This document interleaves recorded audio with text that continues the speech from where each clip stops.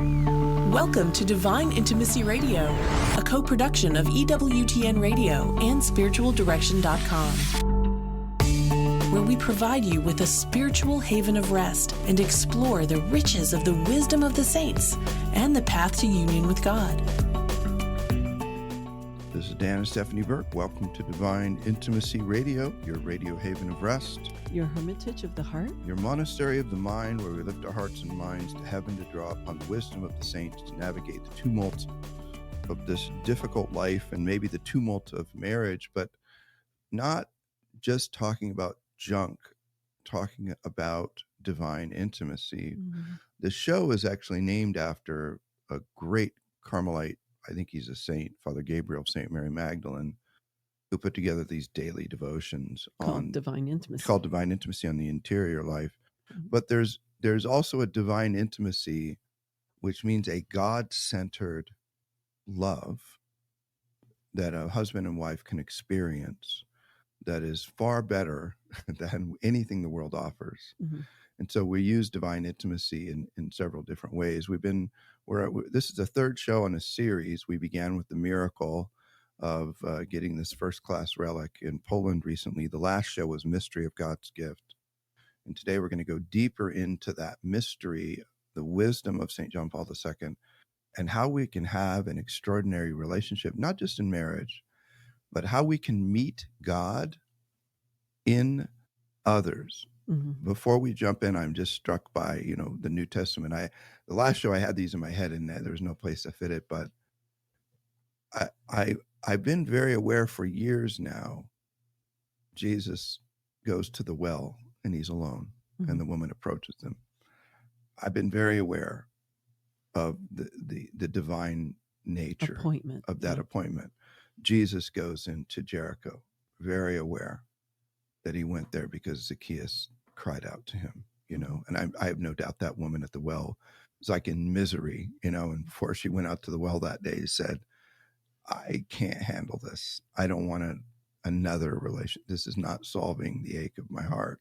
Right. And then she meets the source, the well of, the water of life, right? Mm-hmm. The healing water of life. So there's a way to meet God, and so many just don't understand it, see it. And because of that, they miss God's appointment. Mm-hmm. He sets them for us all the time. Right. But because we don't see the other and his presence in that context the way John Paul did, we don't see God. And so we feel very alone and hopeless. Right. As we started to talk about this, I've often shared at our Divine Intimacy marriage retreats, or we do a follow-up course on discernment of spirits in marriage that's really, really powerful. That I think where some of the breakdown, a lot of the breakdown happens in marriage, is that we do fail to see the other as a gift, and we start to see the other as my project, my burden, my problem. You're not doing what I want, and I've often shared that you were not given to me in order for me to fix you. Hmm. I am not called to fix Dan Burke. Right. Nor is Dan Burke called to fix Stephanie Burke. I am called to respect you, to love you and serve you. You are called to nurture, cherish, love and serve me, right? Mm-hmm. We're going back to Ephesians 5. But this sense of you've been given to me as a gift to reveal me to myself, for me to learn how to love and serve completely, to love and serve as Jesus. You've often talked about how the proper stance in marriage should be the washing of the feet. It's funny. I was thinking that it's the normative disposition of both parties in marriage. Mm-hmm. Should be the exact same thing that Jesus did to his disciples, which is washing their feet. Yeah. And if we both focused on that completely, because if just to give our listeners an image, if I spent all my time, how do I love and serve my husband? how do I ease his burdens? How can I be a healing balm in his heart? How can I make things easier for him? How can I feed his mind? How can I feed his body? How can I feed his heart and his soul? You talked about how for you it was a little bit hard to get around the concept of loving in and through me when I asked the Lord to love you in and through me. What did that look like to me internally? It was the way I touched you, the way I looked at you, the way I received you, the way I provided for you with meals, the way I put our home together, the way I tried to manage the children as best that I could, to provide some sort of semblance of order and peace and goodness and community and love and family, right? Those are the ways that I, in my brokenness and very imperfectly, that was my desire to try. That's what I was attempting to do.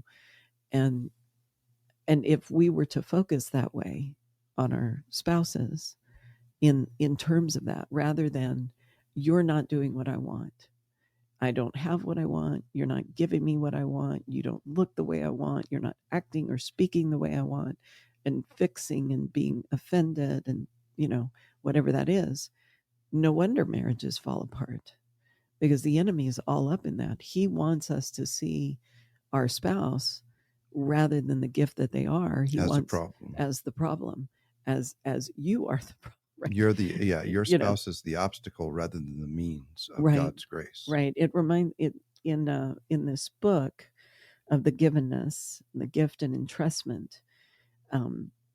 He said, as we grow, the Lord places more and more new people in our life's path. Every such person in some way is a gift for us. God has given you to me. This awareness becomes a source of enrichment for each of us. And this is what he says about the problem, right, that can arise. We would be in grave danger. We would be in grave danger were we to be unable to recognize the richness in each human person, the richness in my spouse, right? The richness in my children. And does he break open what the grave danger is? It's probably just spiritual peril. Our humanity would be in peril were we to shut ourselves up only in our own selves and reject the broad horizon that opens out to the eyes of our soul the years that go by. So that means we're trapped in narcissism. Right. We're turning in on ourselves. And we're stuck in a pattern of sin narcissism that cannot be broken, right, until we learn to love and receive love. Yeah, in essence, what we're saying, love. When we turn in on ourselves, which is a lack of love, it's the opposite of love. It's narcissism. It's not hate. What we're saying, it's me, myself, and I, my needs, my wants, my ego, my desires. And when we can turn out from that, authentic love looks at the other as gift, love and service to the other. And what's beautiful is in and through that, he heals and restores us.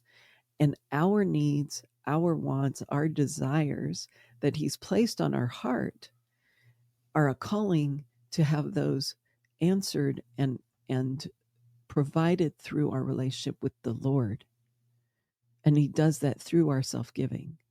I wonder, just a thought, I know it's a little bit of a wander, but I've recently, our sacristan was not able to be at a few of the masses where we attended recently. And so I was the one who had to do the work. And I was really struck by, I in some ways I don't like doing it because it's such sacred ground, if that means it's so holy to me. Mm-hmm. And a deacon asked me, would you like to say the reading? I'm like, I think that there's too many lay people running around the sanctuary these days. Mm-hmm. So why don't you do it? But so I have this profound awareness. It's a gift that he's given me. He's really present. Mm-hmm. And this is very serious. And because of that, I'm able to meet him in the Mass more than if I didn't have that sense. Similar in relationship. Mm. if I realize you are sacred ground, Right. you're not as sacred as the Lord, but the image of God is in you, and we're tabernacles. yeah. So, but it is in terms of the entirety of life, in terms of what is sacred. It's God, one, the human person, two, you know, And nothing else comes close. carp and bass and, Gila monsters don't rate. Right. That's it. Right. And so you if you want to talk about how sacred and how important these relationships are, seeing that. So when you have that reality that you are sacred ground, the other is sacred ground, Right. God is present there. And this is one of the reasons I called you daughter of the king. I don't know. So I called you daughter of the king for two reasons. Do you know what they are? Well, I asked you one time. First of all, I asked, like, what is that? Because you would write me emails, and there was 4 capital letters at the top of the email. It was DOTK. Right. And I said, what is that? And you said, daughter of the king. Uh-huh. And then you explained to me. Well, you explain. Well, there's 2 reasons. One is I wanted you to know that I saw you in the context of God. And I probably said it in a very crass way, but if I don't care for you properly, I'm going to get my hiney whooped, because you deserve to be cared for properly, as if you are what you are, which is a daughter of the most powerful reality in the entirety of the universe. One. The second one was to remind me of that reality. Mm-hmm. So the first was to remind you of your dignity, beauty, worth in God. The second was to remind me, you better treat her as sacred, because she is actually a daughter of God. Does that make sense? Yeah. Now, we're coming into a break. Was there any, maybe we can capture it after the break, but was there, it'd be interesting to talk about how that affected you, and have I ever said it in a different way? Let's talk about it when we get back from the break. Okay.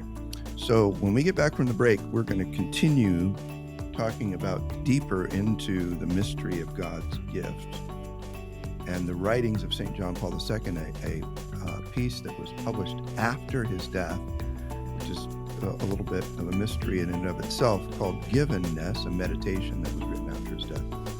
So we'll be back and continue our conversation. Have you ever tried and wrestled with homeschooling your kids and just, got frustrated and gave up? Or have you homeschooled your kids and just discovered that in the latter stages where you're getting into, as they're exiting the realm of high school, the subject matter is extremely complicated and intimidating? The Avila Institute has recently launched something called Mary, Queen of the Home Academy, to serve you just in these critical moments where you desire the best education for your child, but maybe don't feel quite equipped to take care of the things that you need to for them. Our professors, of course, the Institute staff, the Institute teachers are all men and women who pray, who know the church, who know church teaching in its depth, who are completely faithful to the magisterium, very deeply connected to tradition. If this at all sounds interesting to you, please check out Mary, Queen of the Home Academy. You can find it at avila-institute.org. This is Dan and Stephanie Burke. Welcome back to Divine Intimacy Radio, talking about deeper into the mystery of God's gift and the presence of God and how he reveals himself to us. Before the break, we were talking about how I used to regularly, I need to probably reignite that, call you daughter of the king, to remind you of who you are and me of who you are. Mm-hmm. I don't know, how did that affect you? And have I ever explained it better? I don't know if I've explained it very well this time around. No, that was what you explained to me, was, that you were reminding yourself who I was, and the responsibility that you had in how you cared and spoke to me and treated me, that you would stand before God one day and have to answer for how you treated every me. word. Every word, right? And and it was interesting what that did. First of all, when you said it was Daughter of the King, I remember just being overwhelmed. Did you recoil a bit? It was more like a shock to my system. Mm-hmm. You know, it this is interesting what's coming to mind. So when people have been deprived of water for a long period of time, you can't just give them a huge glass of water and have them drink a gallon of water. It will actually overwhelm harm their them. system and break them. Yeah. Right. The impact of hearing those words, because I was starving to death, Mm-hmm.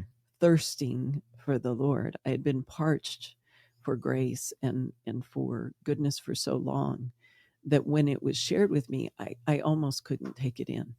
I had to just kind of think about it, ruminate it. It was like getting a cold blast of air, a refreshing drink. And I was just like, wow, what is that? Because my own concept of self was so broken and so diminished and so crushed. I remember at one point somebody saying to me that I crossed paths with, "You're nothing. You're nothing." And it was as if Satan was speaking to me through this individual, right? And so the words of, "You're not nothing. You're everything. You're a daughter of the King." Yeah. Of His Majesty Himself, the greatest King of the universe. You have dignity and worth. You were created before all time For a purpose. For a purpose and a relationship with Him. That man is the only creature on earth whom God willed for Himself. I was created because God willed me into being for Him, and then for you, and for our children, and for all those that He was going to entrust to us as we built this life together in our marriage. It was profound. It was almost too much for me to bear, and I just, it's just so beautiful. It's beautiful. And how much we miss if we don't understand that reality, that God creates us as a gift for Himself. It's interesting that, back to Genesis, that God has been called from the beginning to a likeness in being in Him, in God, right? And to a likeness in being with our spouse, right? That is why God created him male and female. In bringing her to man, God opened man's heart to awareness of gift.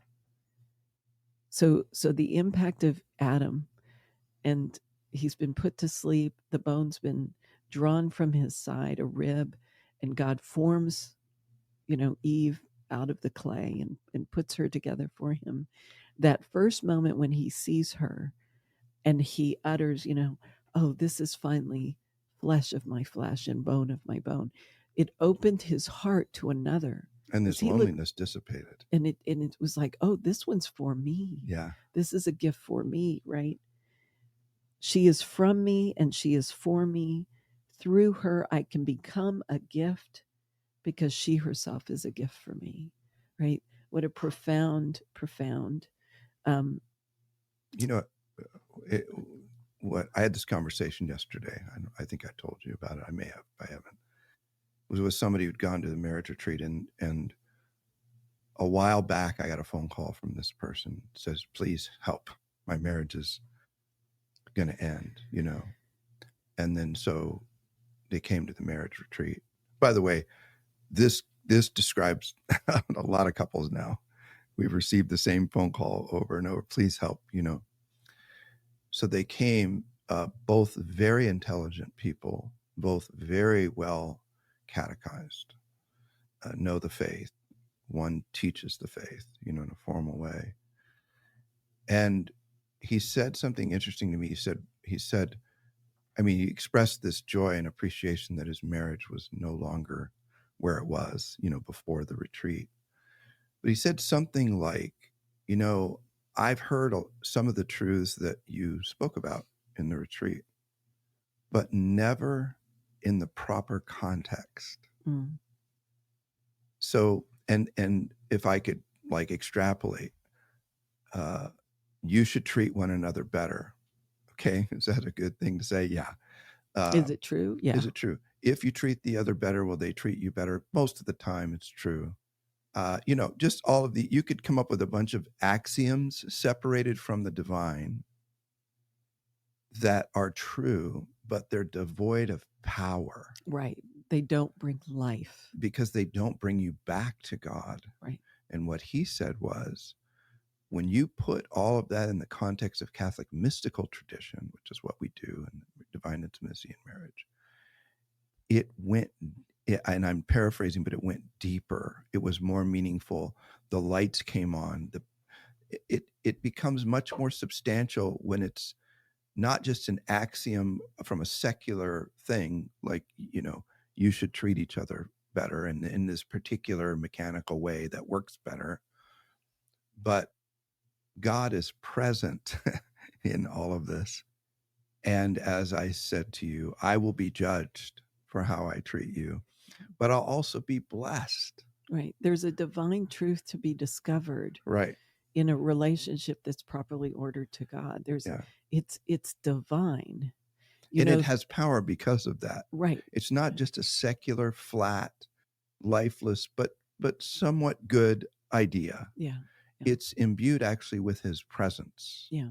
And it's interesting because we were speaking at the dinner table yesterday, by the way, when this was aired, was our anniversary, yeah. our 18th anniversary, married on 7/7 of 07. Not on. That was the only Saturday we could get, and that was beautiful. But in such a profound grace. But what we were discussing was in context of the divine, so many people see marriage as this contractual kind of, well, if it doesn't work out, I'll just get a divorce or whatever, right? And they don't understand the power of the sacrament of marriage, and that when we invite God through this power of givenness, and when we're looking through that lens, and we're inviting God to every aspect of our relationship, from just everything in it, it takes on a divine power. It's fed by his grace, and and then we become conduits of grace. He changes us individually, husband, wife, and then we change, and the world changes around us in and through that sacrament, lived in the fullness of what God has designed it to be. And it's not a shallow peripheral change. No, this is a profound interiority, because it first, in this givenness, when we're revealed to ourselves, right, in this relationship, it first affects us interiorly with the Lord. That happens in our interior life. It's wow, what's happening? Who am I? By the way, Who am I really? And can I this is an important thought, and I don't like to interrupt that, but one of the reasons we healed, you just described it, is daily mental prayer, which means pursuing union with God first. Right. And then union with one another. Yeah. Because that's where the power comes from. Because taking that grace that we would receive in prayer and then bring it out into the other. Right. Right. Because if you don't have a relationship with God, now that doesn't mean you can't start here. You can start wherever you are, because the Lord, if you do it with sincerity and openness of heart, the Lord's going to start meeting you wherever you are, and He's going to start to pour His grace upon it. But I don't want to miss this, in that what's fascinating is, in going back to the daughter of the king theme, right? That there's a profound gift in that woman is given to man. They come together, and then life is given. Mm-hmm. And God's in that too. It's actually His whole purpose. It's revealing, where it says, in creating, let's see, womanhood. John Paul II said, yeah. John Paul II says, woman contains, as it were, the final word of our Creator. The final word of our Creator. Womanhood denotes motherhood, and motherhood is the first form of entrustment of one man to another, right? And we're not going to be able to dive into this today, so it's going to have to carry on into our next show. But this entrustment of giving one person to another. So you're my gift. You're God's gift to me. I'm God's gift to you. We're to love and serve one another. Then children are brought forth, and then it grows out from there, this idea of entrustment. So it has a divine purpose, a divine grace that we are invited into receive if we see it properly. So you've been blessed by this show. It's in a third of a series. It began with this miracle of receiving this beautiful relic of St. John Paul II in Poland recently. Check it out on spiritualdirection.com or our YouTube page, spiritualdirection.com's YouTube page. And please help us get the word out. We need you to do that. We're not rolling in funds like, secular companies who make all kinds of money and are doing marketing. The only way we can reach new people, or one of the few ways we reach new people, is through you. So please subscribe, like, comment, tell us, if this has helped you, let us know. Or if you have questions you want us to address in the next show, let us know in your response to the post. We're grateful for you and grateful to the Lord to be able to offer this wisdom of St. John Paul II to you in this series. So until next time, may the God of peace make you perfect in holiness. May he preserve you whole and entire, spirit, soul, and body, irreproachable at the coming of our Lord, Jesus Christ. Amen. Amen.